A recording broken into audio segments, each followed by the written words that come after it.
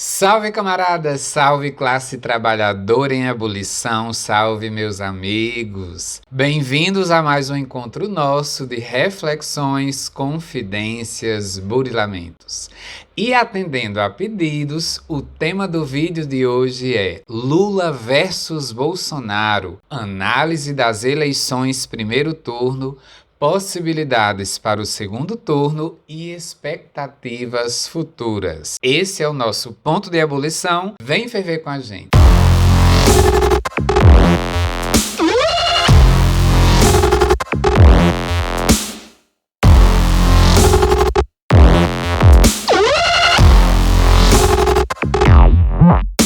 Bem, antes das eleições, o que as pesquisas estavam indicando? Favoritismo do Lula e encolhimento do Bolsonaro.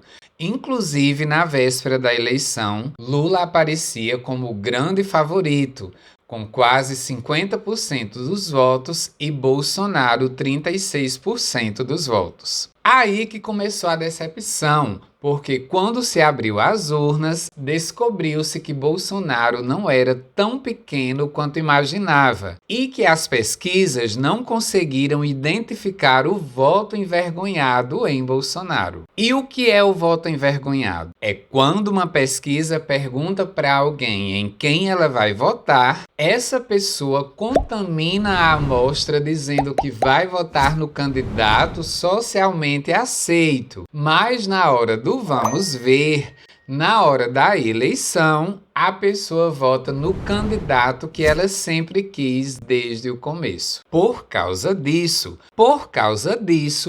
todos os institutos de pesquisa saíram desmoralizados, fragilizados da eleição, porque eles não detectaram esse movimento. E isso criou um cenário muito favorável para Bolsonaro. Agora vamos à eleição. Quando abriu-se as urnas, o Lula apareceu liderando nos primeiros momentos. Lula com 51% e Bolsonaro com 40%.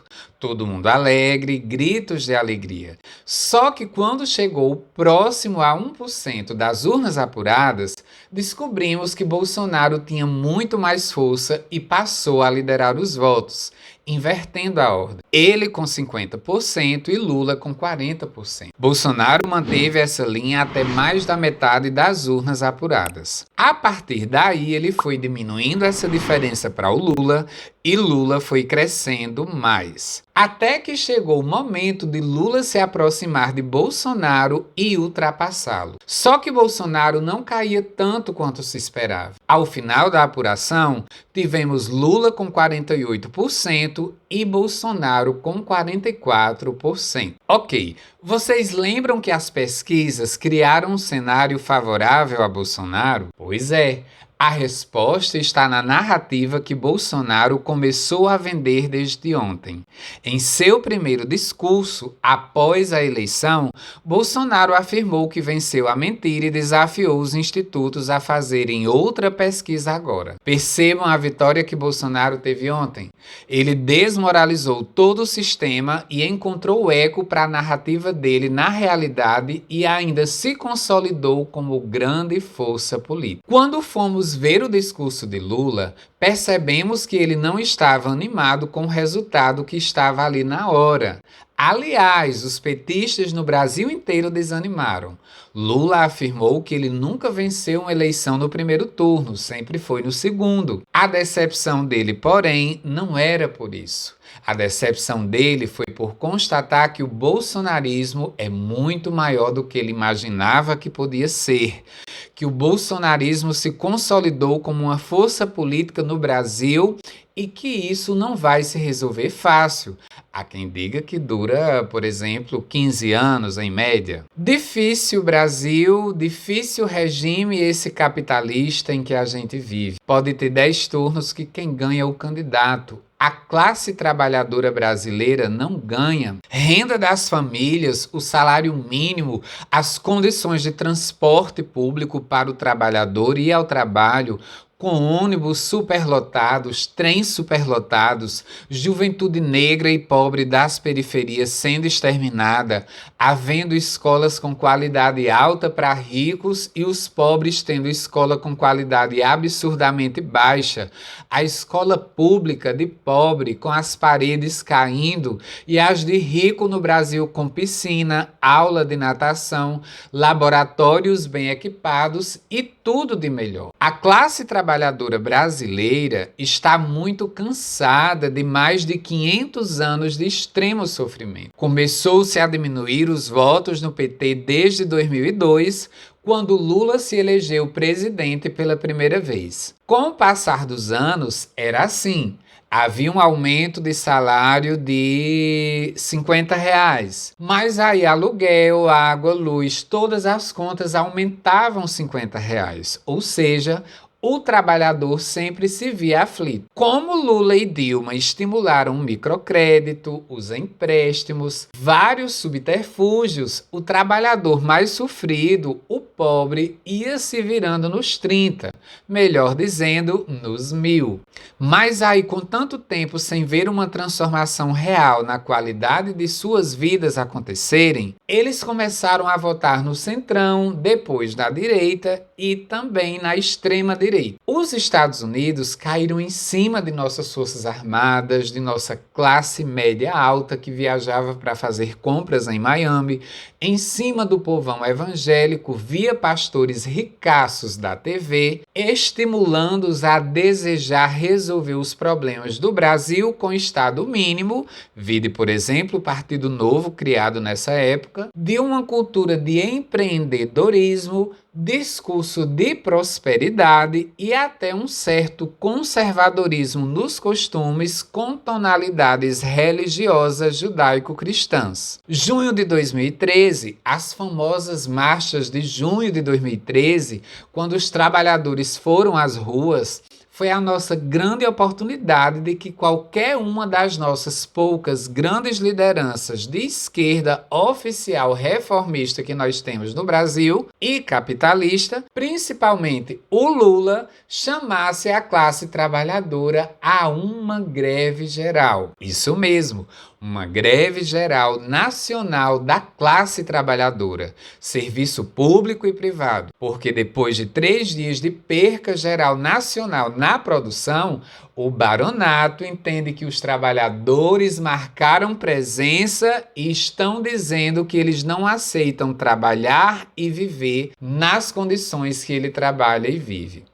O baronato passa a entender que o trabalhador já entende que ele é dono de tudo, de toda a riqueza, já que ele, parando a produção, o grande empresário não triplica seus lucros bilionários. Com tanto tempo do PT no poder, um partido reformista, um partido da ordem burguesa, que é o PT, é fatal que partidos opositores, gente, se organizem para uma reação. Aécio Neves, do PSDB mineiro, desesperado porque perdeu eleição por poucos votos para Dilma, chegou a fazer aquela famosa fala dele no Congresso: vamos paralisar e travar tudo, até a gente inviabilizar totalmente o governo Dilma. Gente, se não fosse Aécio, seria outro. Se não fosse o PSDB, seria outro. O PT estava já há muito tempo no poder e era só mais um partido da ordem,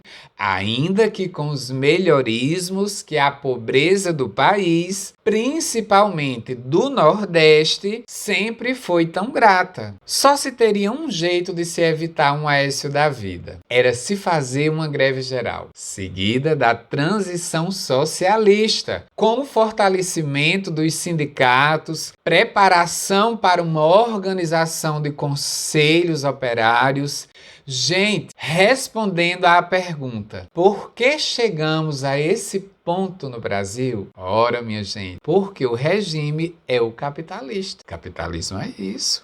Quando a classe trabalhadora e seus partidos que a lideram vivem dentro do regime capitalista, é desse modelo. Aqui, Brasil, é periferia do sistema, é arredores. Aqui não é trabalho em regime de exploração, algo que acontece nos países capitalistas ricos, nos países nórdicos. Aqui é trabalho em regime de superexploração. Aqui é o caos, é uma guerra viver aqui. A maioria da população sempre foi pobre e a burguesia sempre declarou guerra à pobreza. A juventude mais pobre se descobriu leitora de Foucault e de Simone de Beauvoir. Os professores concursados e felizes com a renda um pouco melhor, tanta gente fazendo e passando em concurso, mas foram melhorismos pontuais, sem mexer na estrutura escravocrata, como no pré-64, que os Estados Unidos aqui iludiu a juventude intelectual em troca de desistirem da Revolução Operária, da Revolução Brasileira, fizessem faculdade ou algum cursinho nas universidades estadunidenses de prestígio e voltassem para o Brasil, passando pano para todo o regime que fazia a classe trabalhadora sofrer em nosso país e desistindo totalmente da revolução. Já na época de Lula e Dilma, de várias formas, a juventude e os pesquisadores de academia, muitos foram se iludindo com o diploma de faculdade estrangeira, com os carguinhos, com as pequenas vantagens individuais que daí se tirava. Pois é, no sindicalismo cutista também houve acomodação, até hoje muita acomodação, engessamento. Desde que Lula chegou ao poder para cá, o movimento sindical foi progressivamente sumindo das bases, das periferias, das comunidades. As benesses dos carguinhos, o relativo conforto proporcionado e o PT elegendo um presidente a cada 4 anos foram decisivos. A gente até esperava que o PT fosse ser superado por outros partidos liberais que existem no regime burguês brasileiro. Mas aí, para piorar tudo, foi quando os Estados Unidos, vendo mais uma forte crise cíclica do capital nos atingir, e no capitalismo só se vive de crises. Não há um dia de paz e de estabilidade. É sempre crise, sempre desequilíbrio, um caos esse mundo. E aí os Estados Unidos, que é império, enfim, o imperialismo ataca com uma ofensiva maior para que os grandes donos do capital no mundo pudessem dar continuidade aos lucros. Eles precisavam fazer essa intervenção no Brasil e em praticamente toda a periferia do sistema capitalista. Uma intervenção cultural, econômica e ideológica de neoliberalismo radical mesmo, neoliberalismo na veia, melhor dizendo, de um ultra-neoliberalismo. Ataque brutal aos direitos dos trabalhadores, desvalorização das moedas nesses países, aumento do endividamento deles, etc, etc. Se você chegou até aqui, isso significa que você está gostando desse vídeo. Então se inscreva no nosso canal, toque o sininho, dê um like e deixe o seu comentário. O seu apoio é muito importante. Gente, só há uma saída: se fazer a Revolução Brasileira, tão sonhada e tão perseguida no pré-64 por Álvaro Vieira Pinto, por Guerreiro Ramos e tantos de nossos mais importantes intelectuais. Intelectuais públicos, diga-se de passagem, coisa que o Brasil precisa tanto. Já teve, não tem mais. O que é um absurdo, né? E aí vejam, daqui para o segundo turno, não dá para a gente fazer greve geral nacional. Não dá para a gente, ao menos, triplicar o número de greves no país. Não dá para se fazer filiação sindical em massa em todo o país em tão poucos dias. Mas claro que dá para votar em Lula. Isso eu vou fazer, os comunistas vão fazer. Agora, Lula ganhando terá minoria no Congresso,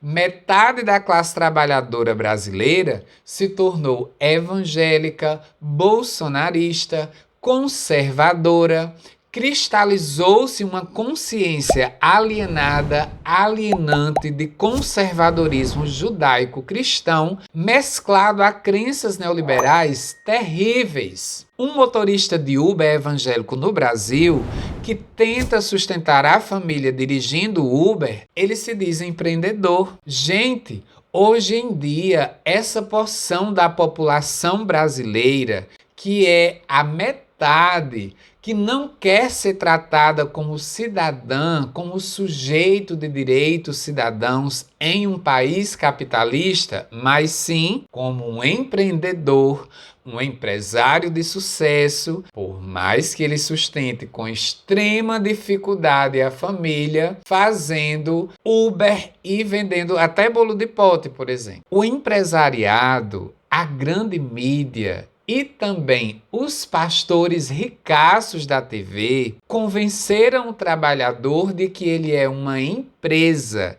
e que é isso o melhor do que se tornar um cidadão. Sendo uma empresa, ele resolve tudo. E aí está a dificuldade de Lula, ou se fosse Ciro, Boulos ou até Marina, virarem votos de Bolsonaro para eles. Esses 4 nomes que eu citei agora, Lula, Ciro, Boulos e Marina, se dirigem ao trabalhador brasileiro tratando como cidadão, como um ser que é portador de direitos. Mas o trabalhador, ele rejeita essa linguagem, rechaça essa linguagem, não se reconhece nela. Os direitos cidadãos no capitalismo brasileiro sempre foram muito precarizados. A maioria da população sempre esteve super excluída e amargurada. Não emplaca, gente. O grande empresariado, a mídia e também os pastores ricaços da TV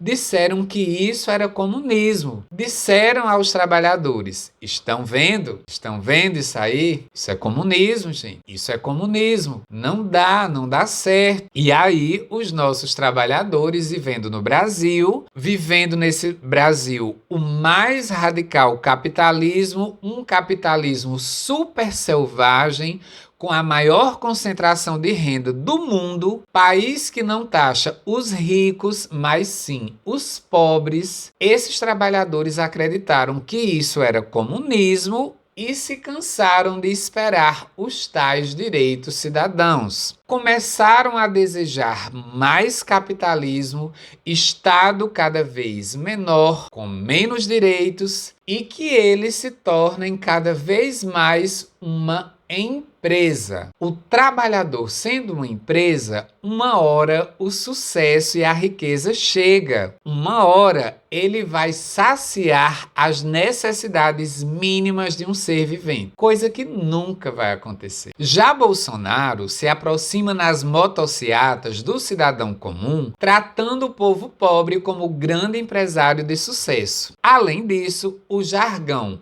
Deus, pátria e família, tão adorado pelos evangélicos que não enxergam que Bolsonaro casou 3 vezes, que a família dele não é um exemplo por vários motivos.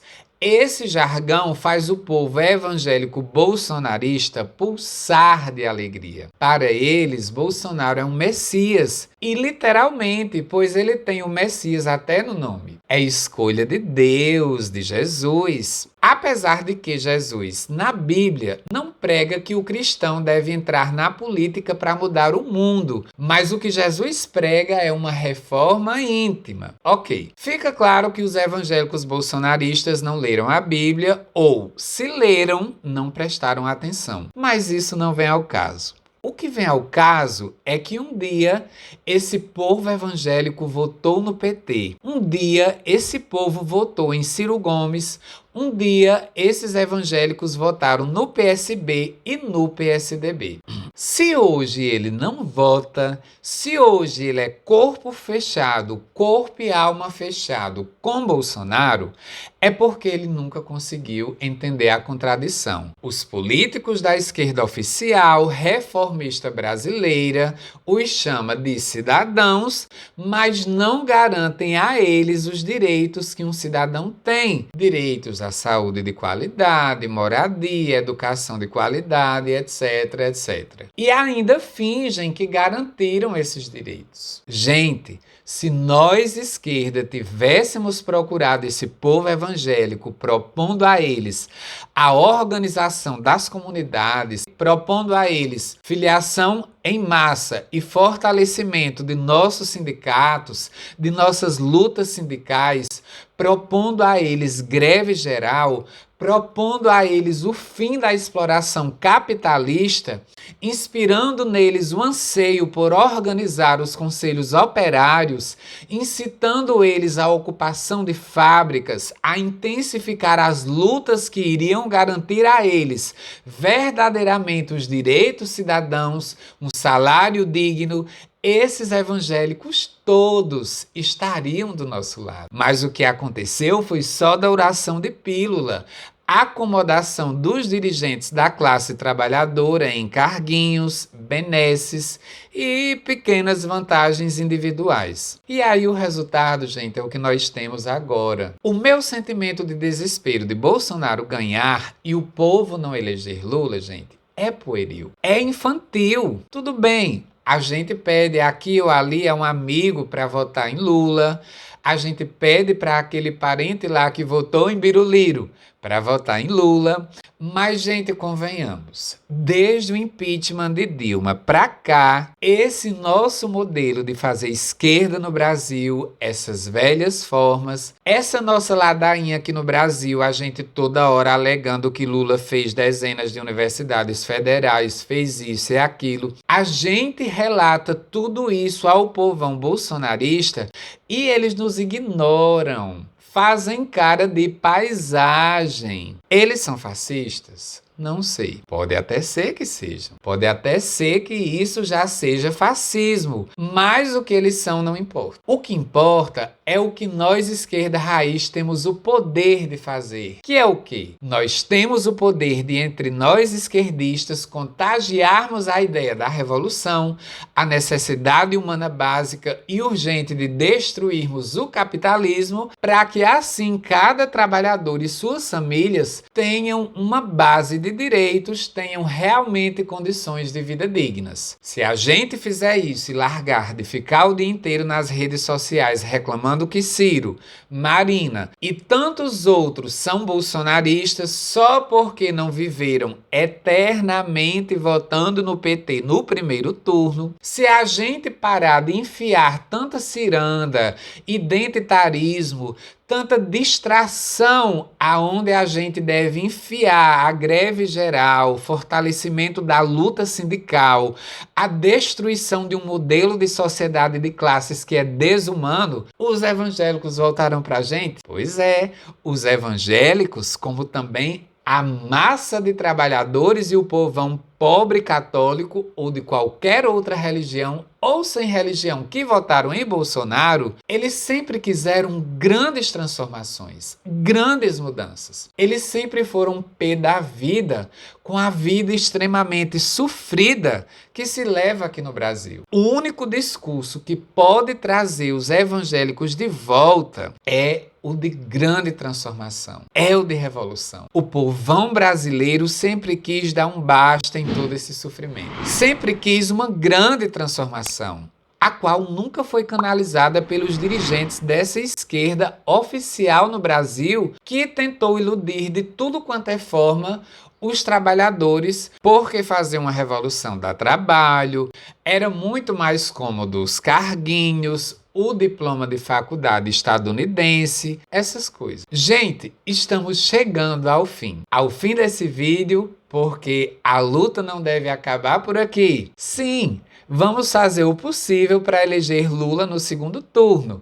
Mas que tal desde agora, gente, começarmos nós, trabalhadores de esquerda, a repensar os nossos valores? Será se vale a pena continuar tentando a todo custo reformar e humanizar o capitalismo? Compactuar com tudo isso que está posto? Pela caridade, não vale a pena. Aliás, nunca valeu a pena. E, portanto, se nunca valeu a pena, que tal tal começarmos a perder todo esse costume e acomodação a uma certa linguagem que nos afasta da revolução? Minha gente, convenhamos, não existe revolução solidária que Boulos do PSOL propagandeou. Numa revolução, e mesmo antes dela, a classe trabalhadora pé da vida com tanto sofrimento, não conseguirá fazer uma revolução que seja solidária ao regime. Se iremos revolucionar, destruir o regime capitalista, não tem como então a gente se solidarizar ao regime, gente. E outra coisa, não se faz revolução com paz e amor. Me desculpem, gente. Não temos que amar nossos algozes, que são os banqueiros, o grande empresariado.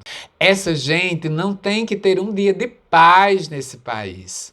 Cancelem esse paz e amor. Cirinho, paz e amor. Lulinha, paz e amor.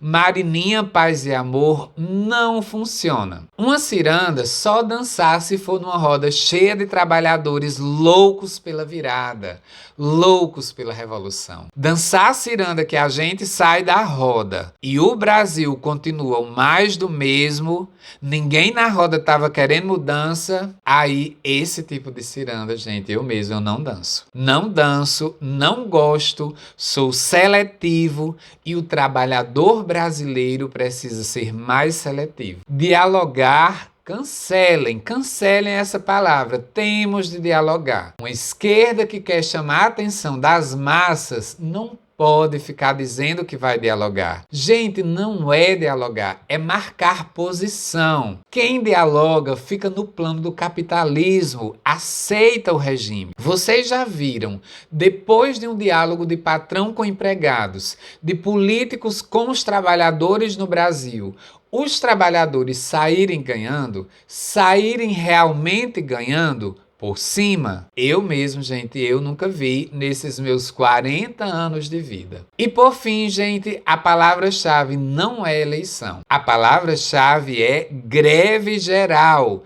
Isso mesmo, gente, greve geral da classe trabalhadora. O resultado das urnas no primeiro turno, o choque de realidade com a alta votação inesperada de Bolsonaro, conclama mais do que nunca a nós trabalhadores a muito mais do que votar em Lula, mas prepararmos a greve geral. O choque da realidade mostrou ao pessoal da esquerda reformista que as coisas não são bem assim, passíveis de se resolver apenas pela democracia de eleições. Eleições nunca resolverão os problemas da classe trabalhadora. Existe algo que esse pessoal ignora, chamado luta de classes.